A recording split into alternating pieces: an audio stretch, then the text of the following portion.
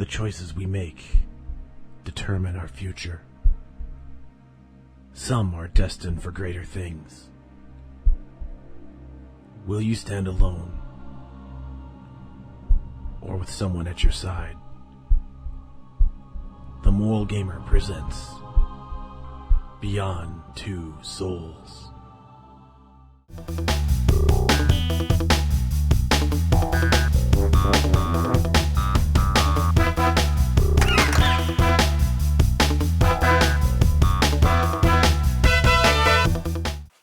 So let's jump right into the concept of this game. And the concept of this game is something we've seen in the literature of antiquity. Jody and Aiden are bound together. Jody, of course, is in our world. Aiden's from the infraworld, aka the spiritual realm, whatever you want to call it. And Aiden has all the abilities that we've seen, again, literature of antiquity. He can show Jody things that have happened in the past, commune with the dead. Aiden can show Jody things that are happening now. Aiden can also possess people. Aiden can move objects. This is nothing new, people. Nothing new. I'm giving the concept a 3 out of 5. I mean, if Aiden could, like, poof, cherries, ice cream, everything, rainbows, sunshine, something new, something different, something we've never seen before. That would be something that I would say, hey, this is a good reason to push Aiden out there as being more than just your typical spirit entity, whatever.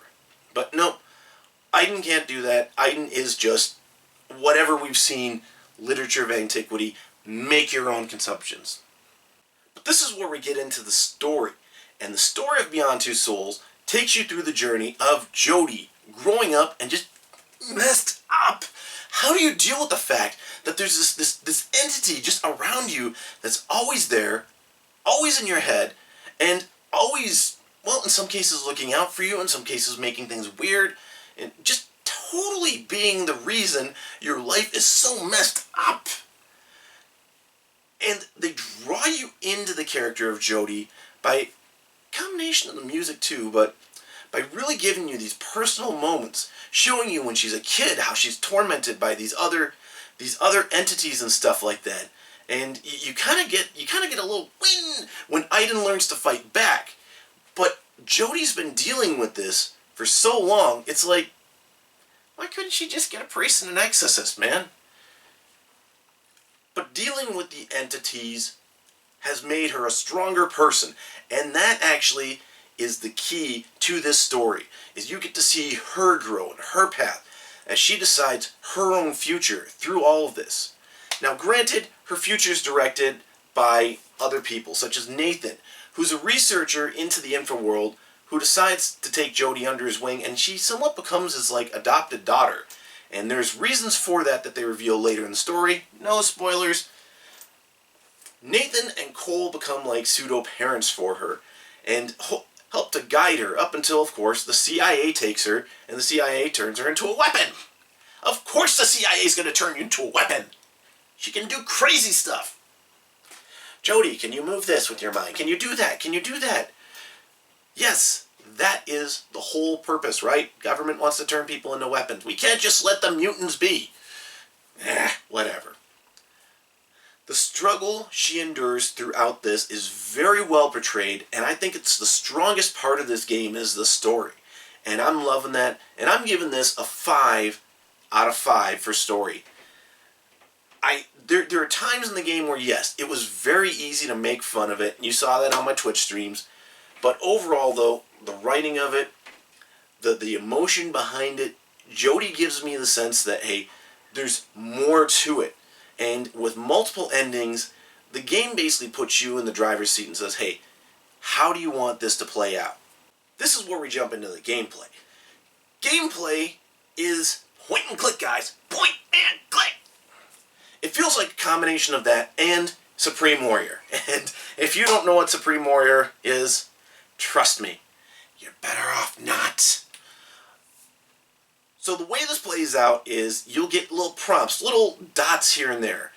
Now, what was confusing about the gameplay is occasionally a dot will appear and you'll be like, I can't click to it, but you find out it's a light bulb or something like that, or something part of the background. So the dots weren't that great as as a reference to what you're supposed to do.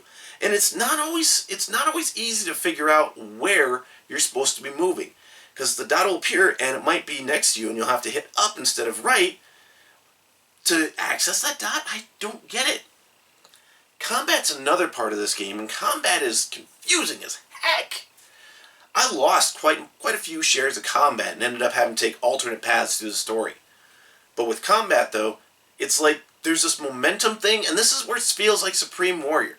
You're being attacked from one angle, so it seems like the logical way to put your momentum or shift isn't necessarily the way they want you to go.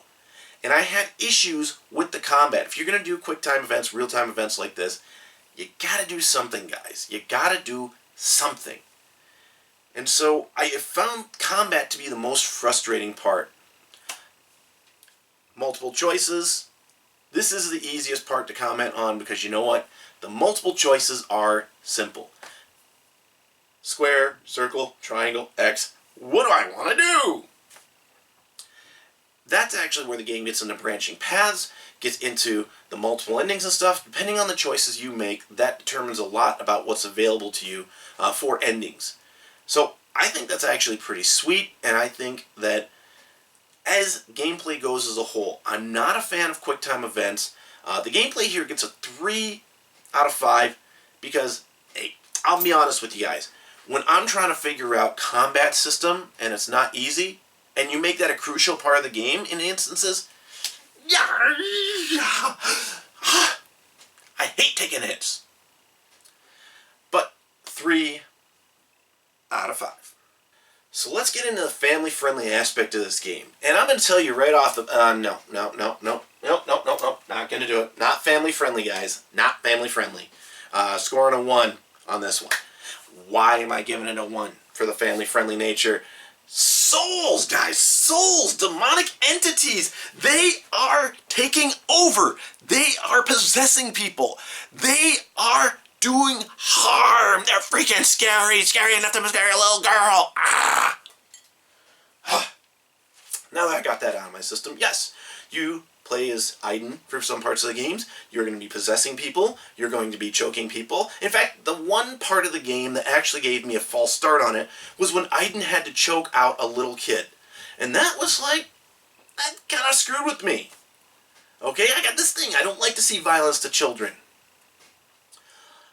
So, as far as goes with Beyond Two Souls, it is a very well done game, but all this demonic entity stuff like that, the possessions, everything, that's going to be definitely something that's going to screw with you.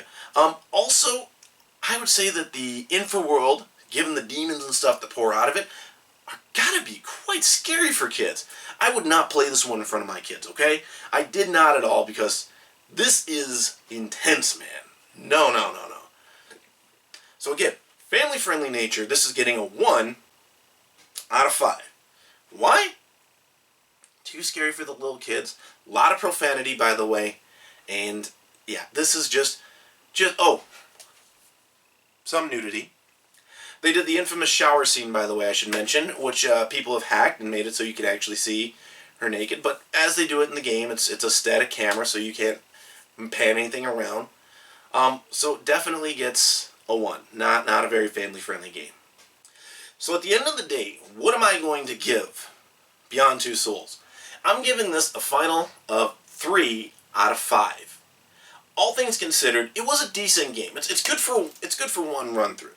The multiple endings, if you do everything right, you'll have access at the very end, the epilogue, to about 4 endings. Unfortunately with that, it's just a selection, but there's other things you need to do earlier in the game to have access to some of those choices. And then you have choices at the end where it's a major life or death situation. Do you want to stay in the Infraworld, or do you want to go back to the real world? And then there's parts of that branch off from there. So as far as it goes, I'm giving this a 3. It was interesting. It kept my attention long enough, but I can't say that this would be one I'd play through again. And there was a lot of stuff, especially with the gameplay, that bothered me. Whatever. What are your thoughts? Do you believe there's a spiritual realm? Do you believe there's an Infraworld? Do you believe in the devil? Moral Gamer here saying, hey, Like, subscribe, comment, share, gameplay channel review channel links below, and we look forward to seeing you next time with our next review. Thanks for watching. Gotcha!